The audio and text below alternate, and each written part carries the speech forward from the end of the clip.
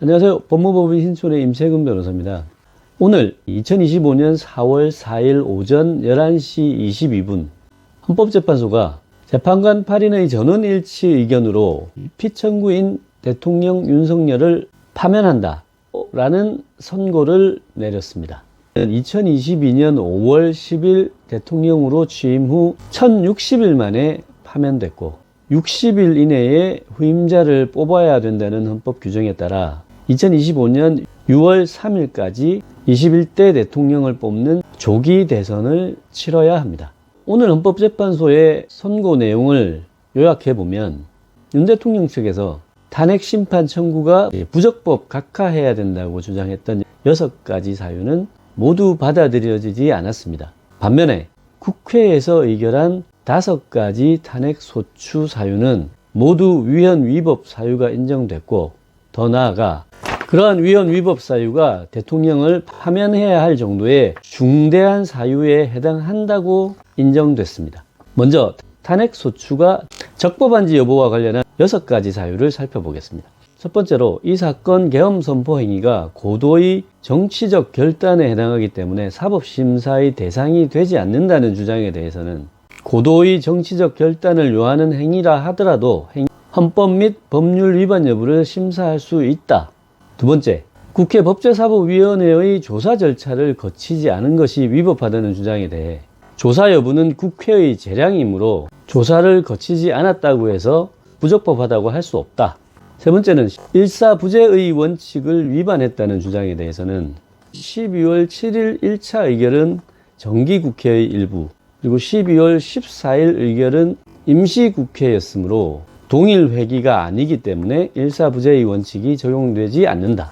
이와 관련해서는 정영식 재판관이 회기가 다른 경우에도 탄핵 소추안 발의 횟수를 제한하는 입법이 필요하다는 보충 의견을 냈습니다.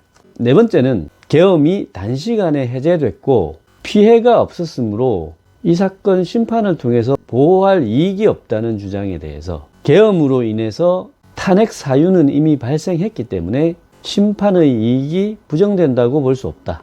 다섯 번째는 탄핵 소추 의결서에는 내란죄 등의 형법 위반 행위로 구성했다가 탄핵 심판 청구 이후 헌법 위반 행위로 포섭하여 주장한 것이 위법하다는 주장에 대해서 기본적 사실관계를 동일하게 유지하면서 적용법조를 철회하거나 변경하는 것은 소추 사유의 철회 변경에 해당하지 않기 때문에 특별한 절차를 거치지 않더라도 허용된다. 이와 관련해 윤 대통령 측에서 만약 내란죄 관련 부분이 없었다면 제적 3분의 2 이상의 찬성 의결이라는 의결 정족수를 충족하지 못하였을 것이라고 주장한 데 대해서는 가정적 주장에 불과하며 객관적으로 뒷받침할 근거가 없다. 마지막 6번째는 국회가 탄핵소추권을 남용한 것이라는 주장에 대해 탄핵소추 의결 과정이 적법했고 피소추자의 위헌 위법 행위가 일정 수준 이상 소명됐기 때문에 권한 남용이라고 볼 수 없다. 결국 탄핵소추는 적법하고 그에 따라서 본안심사에 들어갔습니다. 먼저 피소추인이 직무집행에서 헌법이나 법률을 위반하였는지 여부와 관련해서 크게 5가지 탄핵소추 사유를 검토하였습니다. 첫 번째는 계엄 선포 요건을 위반하였다는 것과 관련해 먼저 계엄 선포의 실체적 요건을 위반했다.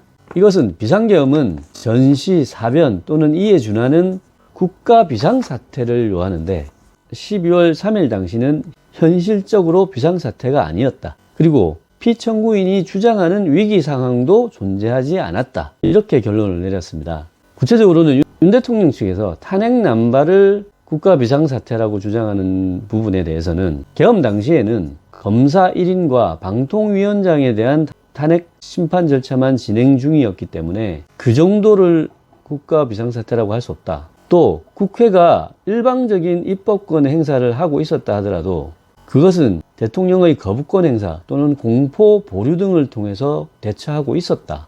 그리고 국회의 예산 삭감 시도에 대해서도 12월 3일 당시를 기준으로 하면 2025년 예산은 국회 예산결산 특위 의결만 있었고 본회의는 의결되기 전이었다. 또 설사 국회 권한 행사가 위법 부당하다 하더라도 그에 대해서는 탄핵 심판을 청구한다든지 거부권 행사와 같은 평상시의 권력 행사 방법으로 대처가 가능했다.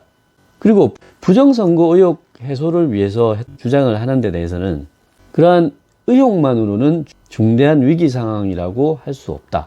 또 그에 덧붙여 중앙선거관리위원회가 22대 총선 당시 보안의 취약점에 대한 조치를 하고 사전, 우편 투표함 보관 장소 CCTV 영상을 24시간 공개하고 개표에 수검표를 도입하는 등으로 대책 마련을 했었다. 따라서 윤 대통령이 주장하는 이러한 사유들을 볼 때 위기 상황이 존재한다고 할 수 없다는 것입니다. 한편 윤 대통령 측에서 야당의 전횡과 국정 위기 상황을 국민에게 알리기 위한 경고성 계엄이었다. 또 호소형 계엄이었다고 주장하는 데 대해서는 그것은 계엄법이 정하고 있는 계엄 선포의 목적이 아니다. 이렇게 판단하였습니다.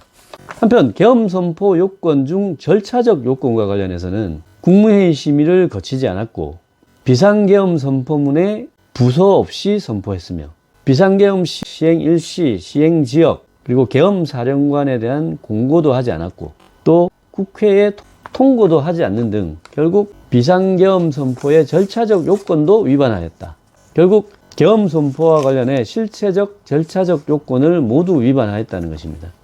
두 번째 탄핵소추 사유는 국회에 군경을 투입해 국회의 권한 행사를 방해했는지 여부에 대한 것입니다. 이와 관련해 인정된 사실관계는 첫 번째로 윤 대통령이 국방부 장관에게 국회에 군대 투입을 지시했고 이에 따라 헬기로 경내에 진입했고 또 일부는 유리창을 깨고 본관 내부로 진입했다. 두 번째, 특전사령관에게 의결 정족수가 채워지지 않은 것 같으니 문을 부수고 들어가서 안에 있는 인원들을 끄집어내라는 등의 지시를 내렸다. 세 번째, 경찰청장에게 계엄사령관을 통해 이 사건 포고령의 내용을 알려주고 직접 6차례 전화를 했다.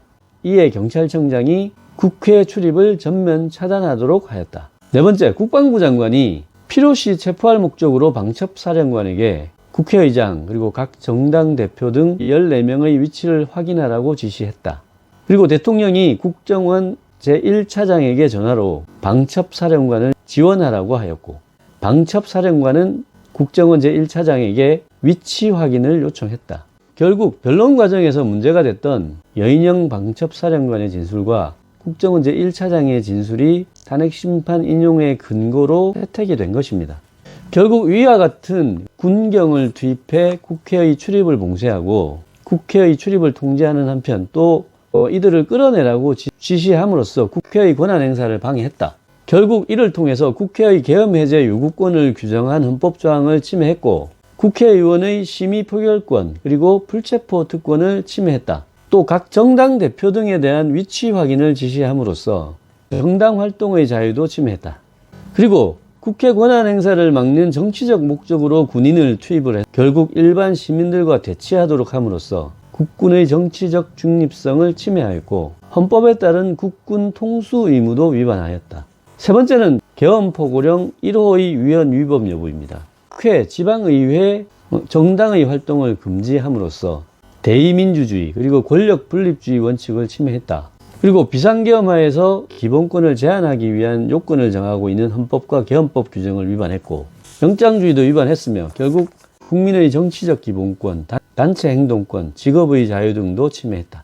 네 번째는 선거관리위원회에 대한 압수수색 행위와 관련해서 국방부 장관에게 지시해서 병력을 동원해 선관위 선거관리 시스템을 점검하라고 지시했고 이에 따라 중앙선관위 관사에 투입된 병력들이 당직자들의 휴대전화를 압수하고 전산 시스템을 촬영하는 등을 통해 결국 압수수색과 관련한 영장주의를 위반한 것이고 선관위의 독립성을 침해한 것이다. 다섯 번째는 법조인 등에 대한 위치 확인 시도와 관련해서 전 대법원장과 전 대법관에 대한 위치 확인 요청이 있었는데 그것은 현직 법관들에게도 압력으로 작용해서 사법권의 독립을 침해한 것이다.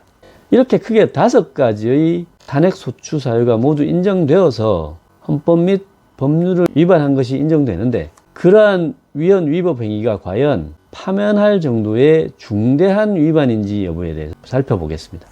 먼저 국회에 군경을 투입해서 국회 권한 행사를 방해한 것과 관련해서는 그것은 결국 국민주권주의 및 민주주의를 부정한 것이고 중앙선관위에 대한 위법한 압수수색은 헌법이 정한 통치구조를 무시한 것이고 또 포고령을 통해서 국민의 기본권도 광범위하게 침해했다.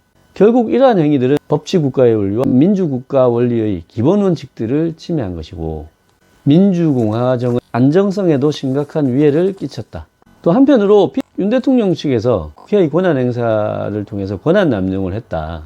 그러한 행위를 통해서 국정 마비를 초래하는 행위라고 판단했다. 그러한 주장에 대해서는 그러한 판단은 정치적으로 존중되어야 하지만 설사 그러한 문제가 있다고 하더라도 민주주의 원리에 따라서 해소되어야 하는 정치의 문제이기 때문에 헌법상 보장되는 민주주의와 조화될 수 있는 범위 내에서 그에 대한 대응이 이루어졌어야 된다. 그리고 국회의 권한 행사가 다수의 횡포라고 판단되더라도 헌법이 예정하고 있는 자구책을 통해서 견제와 균형이 실현되도록 했어야 되는데 오히려 피청구인은 헌법과 법률에 위반되게 이 사건 비상계엄을 선포함으로써 국가긴급권 남용의 역사를 재현했다. 그래서 국민들을 충격에 빠뜨리고 사회, 경제, 외교 전 분야에 걸쳐서 국가적인 혼란을 야기했다.